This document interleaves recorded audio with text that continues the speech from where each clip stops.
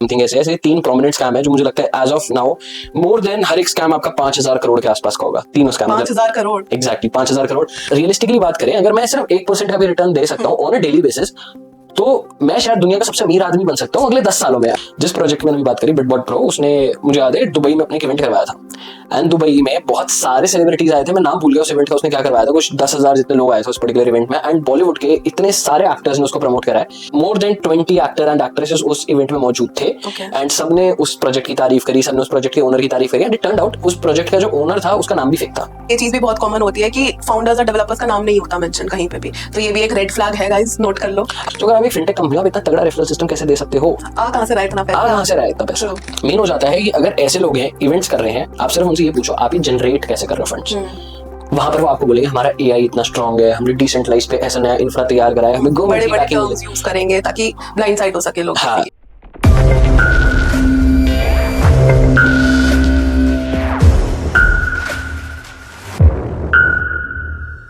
70,000 करोड़ रुपए सुनने में एक बहुत बड़ा अमाउंट है, कुछ स्टेट्स का बजट इतना होता है और ये वही अमाउंट है जो पिछले 1 साल में रिटेल इन्वेस्टर्स ने सिर्फ और सिर्फ क्रिप्टो स्कैम्स में गंवाया है। Hello everyone, welcome to Hive presents coffee with crypto and आज के एपिसोड में हम क्रिप्टो स्कैम्स को डीबंक करने वाले हैं ताकि आप लोग सेफ रह सको। तो आर्यन, स्कैम्स में आगे बढ़ने से पहले मुझे आपसे सबसे इंपॉर्टेंट सवाल पूछना है कि अभी करंटली इंडिया में कौन से ऐसे प्रोमिनेंट क्रिप्टो स्कैम्स चल रहे हैं? अगर हम प्रोमिनेंट क्रिप्टो स्कैम्स की बात करें तो सबसे पहले आ जाता है आपका ट्रेजर एनएफटी, ठीक है। दूसरा आ जाता है आपका HAHM, तीसरा भी आ रहा है बिटबॉट प्रो करके कुछ उसका नाम ऐसा है, बिटबॉट ब्रो है या फिर बिटबॉट प्रो है, समथिंग ऐसे ऐसे 3 प्रोमिनेंट स्कैम है जो मुझे लगता है as of now more than हर एक स्कैम आपका 5,000 करोड़ के आसपास का होगा। तीनों scam 5,000 crore exactly 5,000 crore. Treasure NFT हो सकता है इससे भी ज्यादा हो, HAHM शायद इसके बराबर होगा, बिटबॉट ब्रो शायद थोड़ा कम होगा क्योंकि आई गेस ईडी ने कुछ टाइम पहले उसके कुछ एसेट्स भी सीज करे 300 करोड़ के आसपास के, और वो भी सिर्फ और सिर्फ एक ऑफिस से कैश के। वाओ। सो जिन स्कैम्स का भी आपने नाम लिया है तो उनमें एक चीज जरूर कॉमन है कि सब प्रॉमिस करते हैं कि आपको 2 to 6% डेली रिटर्न्स मिलेंगे, तो is it even realistically possible? देखो, इसका आंसर जानने से पहले ना एक चीज कैलकुलेशन करके देखना। 2 से 6% डेली, मैंने तो ये भी देखा है 7-8% तक भी डेली आपको प्रॉमिस करते हैं एंड देते भी हैं। बट अगर आप कैलकुलेशन करोगे, like I have worked with hedge funds and all, आप ये देखो अगर आपने 20% का भी रिटर्न निकाला है एनुअली बेसिस पे, तो भी आप मार्केट को आउट परफॉर्म कर रहे हो, ठीक है। मार्केट आपको इन जनरल 7-8 या मैक्स टू मैक्स 12 to 14% का रिटर्न देती है एनुअल बेसिस पे। एंड अगर आप 20% भी लेकर जा रहे हो तो आपने मार्केट को 50% से बीट करा, करेक्ट, राइट। अब अगर आप 2 से 6% डेली की बात करो, मैं एक बहुत छोटे अमाउंट की बात करता हूँ कि मैंने सिर्फ 10,000 रुपए लगाए, 1,000 रुपए ही लगाए, चलो 1,000 रुपए पे मेरा 2% बनता है 20 रुपए, मतलब मैं 1,000 रुपए पे 20 रुपए डेली कमा पा रहा हूँ। और मेरे बैंक सेविंग्स अकाउंट में अगर मेरा पैसा पड़ा हुआ है, आई गेस अभी 3.5% के आसपास का मुझे इंटरेस्ट मिल रहा होगा सेविंग्स अकाउंट पे, तो 3.5% मुझे बैंक दे रहा है। एफडी आपको 7-8% दे रही है, अगर आपको नॉर्मल म्यूचुअल फंड जब आपको शायद 8 से 14% का रिटर्न दे रहे हैं, आपने कुछ अच्छे इंडेक्सेस में लगा रखा है तो आप शायद 15-16% का एक्सपेक्ट कर सकते हो। बट मैंने इससे ज्यादा मैंने भी नहीं देखा और ना होता है। मतलब ये देखो कि जो इतना बड़े लेवल पे पैसा मैनेज कर रहे हैं वही आपको इतना अच्छा रिटर्न नहीं दे सके। 2% पे अगर मैं अभी कंपाउंडिंग इफेक्ट को ना भी जोड़ूं, ठीक है, तो 2% पे अगर मैं एक छोटी सी कैलकुलेशन कर रहा हूँ, 1 साल में अगर मुझे डेली सिर्फ 2% पे ब्याज मिल रहा है तो मेरा पैसा साल के एंड तक करीबन 7 to 8 टाइम्स इंक्रीज हो चुका होगा।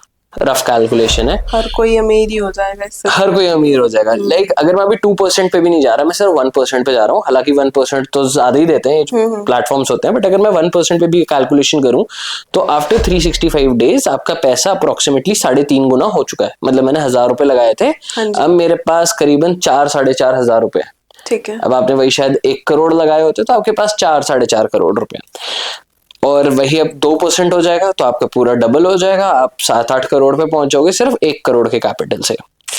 एंड ये जितने भी प्लेटफॉर्म्स है ना, ये हमेशा ट्रेंडिंग टर्म्स यूज करते हैं, अच्छा। कोई कहेगा हमने AI बॉट, जैसे मैं बिटबॉट प्रो की बात करूं तो उसने AI ट्रेडिंग मैकेनिज्म बना रखा है, ठीक है। आपका जो ये ट्रेजर NFT ले लो, उसने बोल रखा है हम कंप्लीटली डिसेंट्रलाइज्ड हैं, NFTs को प्रमोट करें, हम आर्ट वर्क को प्रमोट करें। HHM का भी सेम है, वो बिल्कुल ठीक ट्रेजर NFT की कॉपी है, आपको उस पर टास्क करने, आपको क्रिप्टो रिवॉर्ड्स मिल रहे हैं। बट मैं ये मानता हूँ कि ये सारे जितने भी प्लेटफॉर्म्स हैं ये आपके कहीं ना पहले डिपॉजिट्स मांगते हैं। हाँ। या पहले डिपॉजिट्स दो, फिर आपको विड्रॉल्स मिलेंगे, Withdrawals मिलेंगे, जो कि मिलते नहीं है। जो कि मिलते नहीं है। अगर रियलिस्टिकली बात करें, अगर मैं सिर्फ 1% का भी रिटर्न दे सकता हूँ ऑन अ डेली बेसिस, तो मैं शायद दुनिया का सबसे अमीर आदमी बन सकता हूँ अगले 10 सालों में। अगर मैं यहाँ पे कंपाउंडिंग को जोड़ दूं तो दुनिया में जितना पैसा है और मैं सिर्फ 1% का रिटर्न जनरेट कर रहा हूँ अपने कैपिटल पे, तो आज से 10 साल बाद मेरा पैसा एक तरफ होगा और पूरी दुनिया का पैसा एक तरफ होगा। तो एक वो ह्यूज डिफरेंस है जो हम कंपाउंडिंग कभी सोचते ही नहीं है। और रिटेलर्स को लगता है, देखो बहुत लुक्रेटिव स्कीम्स होती है, ये लगता है यार 2 से 6% का रिटर्न आ रहा है ऑन अ डेली बेसिस, तो यार हमें लेना चाहिए। हाँ, लोगों को पैसा दिखता है तो उसकी तरफ भागते ही हैं। मतलब खुद का थोड़ा सा तो सोच लो भाई यार तुम। एंड इसमें मैंने वो लोग भी देखे हैं, ठीक है, ऑफ कोर्स बहुत सारे लोग बहुत बड़ा अमाउंट भी लगाते हैं। मैंने कुछ ऐसे भी लोग देखे जिन्होंने शायद 50 लाख, 1 करोड़ या उससे ऊपर का भी अमाउंट लगाया। बट कुछ लोग ऐसे ही होते हैं कि यार ऐसा अगर कुछ है, चल 10,000 लगा के देख लेते हैं, मतलब इतना हम रिस्क ले सकते हैं, लाख रुपए लगाकर देख लेते हैं, क्योंकि कुछ लोगों के लिए 10,000 रुपए 1 लाख रुपए से फर्क नहीं पड़ता कि इतना तो चलो हम रिस्क ले ही लेते हैं। अब आप ये सोचो, एक स्कैम में शायद 10,000 लोग हैं, सबने सिर्फ 1-1 लाख रुपए का रिस्क लिया कि वो जीरो भी हो गया तो कोई दिक्कत नहीं है। बट वो 10,000 इंटू में आप 1 लाख करो, कितने करोड़ों बन चुके हैं, और वो स्कैमर एग्जिट भी लेगा, he is a well of, right, बैठे बिठाए मिलियनेयर बन चुका है, इन सम केसेस बिलियनेयर बन चुका है, फिर आइलैंड पे भाग जाएंगे। Like this is the common exit. मैंने एक और चीज नोटिस करी है कि पता नहीं ये जो इन्फ्लुएंसर्स है, सोशल मीडिया इन्फ्लुएंसर्स है, ये भी इन स्कैम्स को बहुत ज्यादा प्रमोट करते हैं। देखो आप सोशल मीडिया इन्फ्लुएंसर्स की बात करो, मैं सेलिब्रिटीज की भी बात करता हूँ। हाँ। सेलिब्रिटीज तक भी ये स्कैम प्रमोट करते हैं। जिस प्रोजेक्ट की मैंने अभी बात करी, बिटबॉट प्रो, उसने मुझे याद है दुबई में अपने एक इवेंट करवाया था, एंड दुबई में बहुत सारे सेलिब्रिटीज आए थे, मैं नाम भूल गया उस इवेंट का। उसने क्या करवाया था, कुछ 10,000 जितने लोग आए थे उस पर्टिकुलर इवेंट में, एंड बॉलीवुड के इतने सारे एक्टर्स ने उसको प्रमोट करा है। एंड जिस ओनर का वो नाम ले रहे थे कि जो ओनर वहां पे, big congratulations to this and this, देखो मैं किसी एक्टर या एक्ट्रेस का नाम नहीं लेना चाह रहा, बट बहुत सारे आपको दिखेंगे जो है like more than 20 actor and actresses उस इवेंट में मौजूद थे। एंड सबने उस प्रोजेक्ट की तारीफ करी, सबने उस प्रोजेक्ट के ओनर की तारीफ करी, एंड इट टर्न्ड आउट उस प्रोजेक्ट का जो ओनर था उसका नाम भी फेक था। हाँ, एक ये चीज भी बहुत कॉमन होती है कि फाउंडर्स और डेवलपर्स का नाम नहीं होता मेंशन कहीं पे भी, तो ये भी एक रेड फ्लैग है गाइस, नोट कर लो। हाँ, लाइक अगर कोई बंदा पब्लिक में भी आ रहा है, राइट, वो हमेशा अपना फेक नेम बताता है जानबूझ के, क्योंकि उसे पता ही है कि मुझे एग्जिट करके जाना है। अब आप ये देखो कि इतने सारे मीटअप्स भी होते हैं, जैसे अभी मैं ट्रेजर NFT की बात कर रहा हूँ, तो ट्रेजर NFT, HHM, इन्होंने पंजाब जैसे एरियाज को बहुत अच्छे से टारगेट कर रखा है। पंजाब हो गया, हरियाणा हो गया, ये पूरे इस बेल्ट को टारगेट कर रहे हैं। तो अगर आप अभी सबसे ज्यादा यूजर्स की भी बात करोगे इस पर्टिकुलर प्लेटफॉर्म में इन इंडिया, तो ये पंजाब और हरियाणा साइड से आ रहे हैं। अब हर स्कैम ना अलग अलग तरीके से काम करते हैं। कुछ टाइम पहले, कुछ टाइम नहीं, अब हो गए शायद 2 साल हो गए होंगे, हिमाचल प्रदेश में एक स्कैम हुआ था, राइट। तो हिमाचल प्रदेश में जो स्कैम हुआ था, वो अकेला स्कैम ही 12,000 करोड़ रुपए का था। मतलब एक स्टेट में जितने भी लोग उस स्कैम में फंसे, 12,000 करोड़ सिर्फ एक स्टेट से गए थे। और उस स्कैम में इतने पुलिस वालों के, खुद पुलिस ने हमें प्रोटेक्ट करना चाहिए, पुलिस वालों तक के उस स्कैम में पैसे डूबे, टीचर्स हमें एजुकेट करते हैं, टीचर्स के उसमें पैसे डूबे, एंड कहीं ना एक रिपल इफेक्ट बन जाता है। मतलब आप ये सोचो, एक स्टेट से 12,000 करोड़ रुपए, तो मैंने जो आपको रिकॉर्ड अमाउंट बताया 70,000 करोड़ रुपए at the starting of the podcast, वो अमाउंट है जो लोगों ने रिपोर्ट करा है। बहुत सारे लोग रिपोर्ट भी नहीं करते हैं कि यार मेरी बेइज्जती हो जाएगी। Like being a police person, अगर मैं शायद पुलिस फोर्स में होता, भाई मेरी ड्यूटी है लोगों को प्रोटेक्ट करने के लिए, और मैं ये सोच रहा हूँ कि मेरे साथ ही यार लाख रुपए का स्कैम हो गया तो मेरी मार्केट में क्या इज्जत रह जाएगी। तो ऐसे बहुत सारे केसेस होते हैं जो कभी रिपोर्ट ही नहीं होते। एंड देखो, वो रिपोर्ट नहीं होते तो उस पर तहकीकात नहीं होती, स्कैमर्स आराम से बाहर भाग चुके हैं, तो उस पर कोई स्ट्रिक्ट एक्शन भी नहीं लिया जाता। और एक और चीज इन स्कैम्स में बड़ी कॉमन होती है, रेफरल स्कीम, कि भाई लोगों को आगे रेफर करो and you learn rewards and all. तो इस पे आप क्या देखो, रेफरल सिस्टम का बहुत अच्छा आपने बताया। लाइक ट्रेजर NFT का मैं बार बार नाम इसलिए ले रहा हूँ क्योंकि ट्रेजर NFT, HHM, इन्होंने ना जो रेफरल प्रोग्राम बनाया हुआ है बहुत लुक्रेटिव है। मैंने ऐसे काफी इन्फ्लुएंसर्स की, काफी ऐसे क्रिएटर्स की भी देखी जो अब इन्फ्लुएंसर बन गए ट्रेजर एनएफटी की वजह से। ओके। ठीक है ना, व्हाट दे डू, अपने ही रेफरल्स, क्योंकि रेफरल सिस्टम इतना अच्छा है कि आप किसी से $100 डलवा रहे हो, आपको $16 का कमीशन मिल रहा है। आप किसी से 500 डलवा रहे हो, आपको हो सकता है $50 का मिल रहा हो, पता नहीं क्या उसका पूरा सिस्टम है। बट आपको जो परसेंटेज ऑफ रिटर्न मिल रहा है यार, वो 16% से अप टू 50% मिल रहा है। इतना हाई? इतना है। अब अगर मेरा एक जेन्युइन बिजनेस है, एंड पता लोग डिफेंड भी करते हैं, अगर मैं अब ट्रेजर एनएफटी की बात करूं, आप इस पर डालोगे तो आपको ना बहुत सारे लोग जो उससे पैसा कमा रहे हैं आपको गालियां देना शुरू कर जाएंगे, नहीं जेन्युइन प्लेटफॉर्म है। ये तो होता है। देखो ये ना स्कीम्स काम कैसे करती है, ऑफ कोर्स उस पर हम चलेंगे, बट अगर आपको किसी भी प्लेटफॉर्म पे एक रेफरल सिस्टम दिख रहा है, देखो हम रेड फ्लैग्स की बात करें, True. सबसे पहले ये 1%, 2%, 6% डेली रिटर्न पॉसिबल ही नहीं है। अगर एक्चुअल में पॉसिबल होता तो सबसे पहले, लाइक मैंने आप सबके सामने मैथ्स रखी, अगर मैं 1% भी डेली रिटर्न कमा सकता हूँ ना, मैं किसी को अपने साथ नहीं जोड़ना चाहूंगा। मैं सिर्फ 10 साल में शायद पूरा इंडिया खरीद सकूं, ज्यादा ही इनफैक्ट, क्योंकि मैंने आपको बताया 1% on a compounding effect. Even अगर हम वॉरेन बुफे की भी बात करें, वॉरेन बुफे तक, like being the world's biggest और द ग्रेटेस्ट इन्वेस्टर, वो इतना रिटर्न नहीं जनरेट कर सकते हैं। एंड जितने भी हेज फंड्स भी होते हैं, लाइक आप साल का शायद 50-40% रिटर्न कर रहे हो, तो उनके लिए वो तो बिगेस्ट ईयर होता है। और हम यहाँ पे बात करें 1%, तो 365% तो यही रिटर्न बन गया विदाउट कंपाउंडिंग। ट्रू। ओके, सो आगे अगर हम लोग को स्कैम्स ऐसे डिटेक्ट करने हैं, जैसे हम रेड फ्लैग्स की बात कर रहे हैं, तो वो ऐसे क्या क्या रेड फ्लैग्स होते हैं जो लोगों को लुकआउट करने चाहिए? देखो सबसे पहला रेड फ्लैग आपका यही होता है कि उसमें रेफरल सिस्टम कितना बढ़िया है। अगर रेफरल सिस्टम बहुत ज्यादा लुक्रेटिव है आपका, ठीक है, डेफिनेटली इट्स स्कैम। क्यों? क्योंकि बीइंग अ कंपनी, ठीक है, आप कंपनी देखो, कंपनी यूजुअली फिनटेक में तो बहुत कम परसेंटेज पे काम करती है, क्योंकि उनका तो क्वांटिटी का खेल होता है सारा। तो फिनटेक में यूजुअली 0.2 से लेके 0.5% का अगर मैं मार्जिन लेकर चल रहा हूँ, तो अब ये सोचो 0.2 से 0.5% का मेरे पास मार्जिन है, जिसमें मुझे अपनी इंप्लॉय की कॉस्ट निकालनी है, मुझे अपनी रनिंग कॉस्ट निकालनी है, तो मेरे पास एट द एंड बहुत कम अमाउंट बचता है। बट अगर मैं अपना रेफरल सिस्टम ही ऐसा दे रहा हूँ कि मैं 16% रिटर्न दे रहा हूँ, यार मेरी कंपनी में पैसा पेड़ पे नहीं उग रहा है, तो वो एक बहुत बड़ा रेड फ्लैग है कि अगर आप एक फिनटेक कंपनी हो, अब क्रिप्टोस आपका फिनटेक में आता है, राइट? तो अगर आप एक फिनटेक कंपनी हो, आप इतना तगड़ा रेफरल सिस्टम कैसे दे सकते हो? कहाँ से रहा है इतना पैसा? कहाँ से रहा है इतना पैसा? ठीक है, फिर दूसरी चीज आ जाती है, आपके जो फाउंडर्स, को फाउंडर्स हैं, क्या वो अनोनिमस है? बहुत सारे केसेस में। अब अनोनिमस से मेरा क्या मतलब है, जो आपके मीटअप्स वगैरह भी होते हैं, मैंने देखा है ट्रेजर एनएफटी के मीटअप्स हुए हैं, बिटबॉट ब्रो का मैंने आपको बताया, दुबई जैसी जगह पे करवाया, तो ये बहुत लाविश इवेंट्स करवाते हैं आपको ना, वो लाइफस्टाइल दिखाते हैं, वो प्रॉमिसिंग लाइफस्टाइल कि आप भी ऐसे हो सकते हो, एंड वो आपके भी वैसे होने के चक्कर में they are the ones who are filling their pockets. तो ये एक बहुत बड़ा इंपॉर्टेंट पॉइंट है कि जो आपके सामने फाउंडर्स, को फाउंडर्स और टीम मेंबर्स आ रहे होते हैं ना, सिर्फ टॉप मैनेजमेंट को पता होता है स्कैम है। उनके नीचे जितने भी लोग हैं ना, सबको ऐसे, इवन उस कंपनी के एम्प्लॉइज तक को भी कभी नहीं पता होता कि स्कैम है। वो खुल्लम खुल्ला प्रमोट कर रहे होते हैं कि भाई हमारी कंपनी इतनी जेन्युइन है, हमारे फाउंडर्स इतने अच्छे हैं, क्योंकि फाउंडर्स हर किसी को धोखा दे रहे हैं यहाँ पे, अपनी एम्प्लॉइज को, अपने इन्वेस्टर्स को, अपनी ऑडियंस को, हर किसी को। तो उसे हर तरीके से मैनिपुलेट करना पड़ता है लोगों को। फिर वो अचानक एक दिन छोड़ छाड़ के चला जाएगा अचानक से, एंड फिर आपको पता चलेगा यार वो तो उसका नाम भी नकली था, घर भी रेंटेड था, हर चीज जो उसने दिखाई वो उसके पास थी नहीं एक्चुअल में। और जिसको तुमने आगे रेफर किया वो तुमको आगे गाली देगा कि भाई तूने हमें बताया था। एग्जैक्टली। तो ये मैंने बहुत देखा है कि आप जब अपने फैमिली मेंबर्स को ले आते हो, फिर या अपने फ्रेंड्स को ले आते हो इतने तगड़े रेफरल सिस्टम की वजह से, यार ये सोचते हो मेरे 10 दोस्त हैं, 10 के 10 शायद $500 भी डाल देंगे, मेरे यार $5000 पे मेरा कमीशन बन जाएगा कुछ $1000 का, यार $1000 से तो मैं शायद नई बाइक भी ले सकता हूँ। हाँ। अब ऐसे ही पास्ट में भी बहुत सारे स्कैम्स हुए हैं, हमने फिनफार्म में भी काफी ऐसे कवर करे हुए हैं स्कैम्स, तो आप उनके बारे में कुछ बताना चाहते हो? देखो हर स्कैम में ना एक बहुत ही कॉमन तरीका रहता है ऑपरेट करने का। सबसे पहला होता है एक बहुत लुक्रेटिव आपको रिटर्न्स दिए जाएंगे, ठीक है, जो कि रियलिस्टिकली पॉसिबल नहीं होते।